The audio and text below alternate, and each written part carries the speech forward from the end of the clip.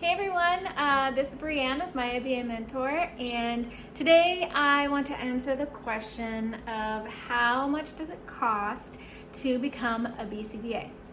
And so make sure and like and subscribe so you can get all the latest things that we're talking about here at my ABA Mentor. And for today, we're really going to focus on the cost in respect to how much time does it take to become a BCBA and how much does it actually money cost to become a BCBA. So there are lots of different paths that you can take in respect to your degree choice and all of these things, but I'm going to use my own journey as an example for you guys, and just how much time my programs took and how much my programs cost me as well, which is, a lot. So I started going when I was deciding on going to college. I was sort of like I don't know what I want to do person at that time in my life, and so I ended up going to Chico State. I'm originally from California, and I was going to go to school for business, and so because I was like, oh, that's generic enough for me to figure out what I want to do, and so I started there, and I did my first year and a half there, and then I really was not feeling it, and I really enjoyed my psychology class that I was in, and so I ended up switching my major after that, and sort of starting over because I had already done some business classes, and you have to take your regular classes and your major classes and all that kind of stuff. So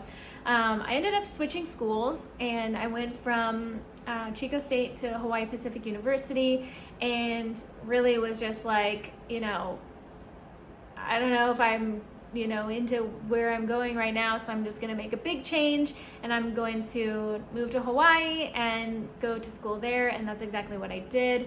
I majored in psychology at Hawaii Pacific University, and I had to kind of backtrack a little bit because of I was in business classes and I wasn't in psychology classes, and so it took me 3.5 more years, so 5 years total to finish my undergrad because of that change of school and all that kind of stuff, and of course all the tuition that comes with that. During that time, I had a really weird kind of situation where I didn't qualify for student loans, and somehow when I was working in California, I made too much money and I was no longer a dependent, and so they were looking at my income and they were like, oh well, you made too much money so you don't qualify for financial aid, which is absolutely absurd, because I was only 20 years old, so I don't know how that would be possible, but whatever. So in order for me to continue my education, I ended up having to take out personal loans, which were really not fun. And I also had to borrow money from family, which was, also not, great, right?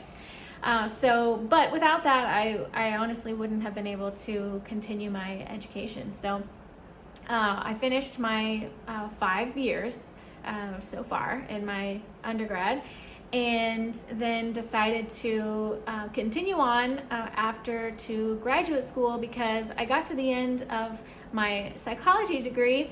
And for those of you who have a psychology degree, you are well aware that when you get done, there's no jobs for you. And so you can't really do anything unless you're a master's in psychology or you're counseling or whatever. And so I was I was working in ABA at the time, and I was well, I want to work with kids with special needs, definitely. But I also didn't want to keep my options limited because I was well, I could be a BCBA, but if I wanted to just have more options. And at that time, I really thought in my heart that I was I'm going to be a school administrator, and I'm going to change the Department of Education, and this is what I'm gonna do. And so I was like, well, I'll get my master's in special education. And so I ended up going to NC State for that. And that took me another 2 years plus some time with my student teaching, because I chose that route.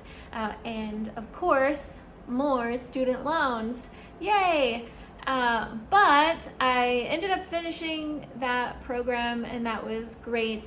And then when I got into that field, that was a period of time that I realized I really wanted to be a BCBA, because I didn't necessarily see a viable way for me to like really change the way that things are being done through the Department of Education without getting like super political and going in that direction. And I definitely didn't want to do that. And so, you know, I had applied to PhD programs, and I was like, I'm gonna be a doctor and I'm gonna change the world. And then I was like, wait a minute, this a little more than what I thought was gonna be. So I changed my direction to becoming a BCBA. And I was like, this is how I'm going to help, you know, these kids.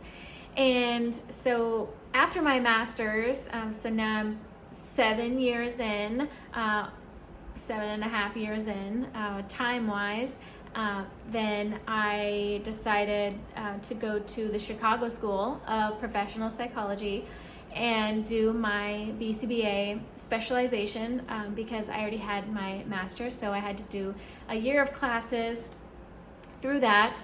And then if you watched my previous video, you got a little sense of my fieldwork experience and my fieldwork fails. And so I then also had to do, well, not had to, but I chose to do my fieldwork through that program as well, and paying the more tuition there for that. So that took me a year of classes and another 1.5 years of fieldwork hours. And so one of the things that students or people who are thinking about becoming BCBAs really need to know is the cost, not only of like your tuition and things like that, but also the cost of your fieldwork, because fieldwork is not necessarily free, and it's going to cost you either time or money.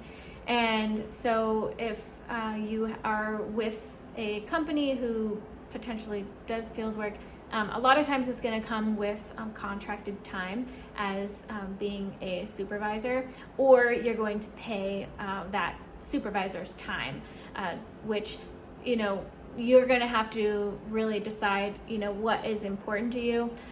For me, I did not want to give up time, because time is important to me, and I had already spent now 10 years just on my education, and I was like, there is no way that I am, you know, want to lock myself into a company for 3 years, 5 years, whatever the scenario was. And so I was like, I'm just going to do this independently, because I value my time, I value my independence, and I just want to, you know, get it done and then be done, right? And so I now have, you know, 10 years of my education and my field work, and all of the financial debt that goes along with that. So when it was all said and done, between my financial aid and between my personal loans and family donation loans, you know, I was a really solid $230,000 in debt, which is terrifying. You know, it's like you could get a house for that.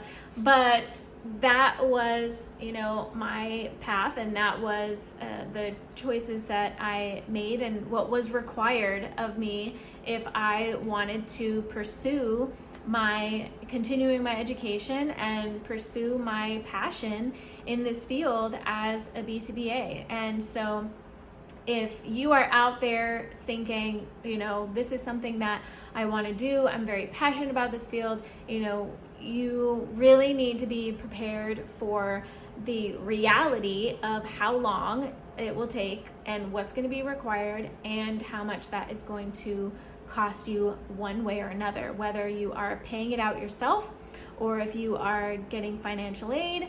And I don't see the student loan forgiveness coming. Maybe, that's kind of a hot news topic, but we shall see. So, just something to take into consideration.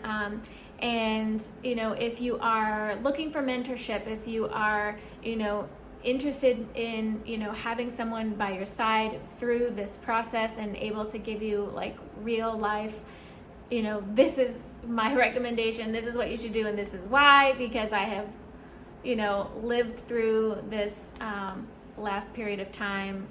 Check out the comments below. You can check out our website and see what we have going on. One other thing that I will say before I forget is that if you become a BCBA and you're like, yay, I'm a BCBA, and I really feel passionate about kind of like doing my own thing and starting your own clinic or in-home services, whatever you're wanting to do, be prepared that technically your education will not be ending there, because you will quickly realize all the things that you don't know about starting a clinic and all the things you don't know about business, that you will have to invest more time and more money into learning one way or another.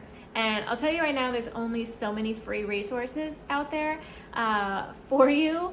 And, for me, it ended up being an overhaul of, consuming a massive amount of learning content through reading, through online classes and, paid online classes in business, marketing, finance, you name it.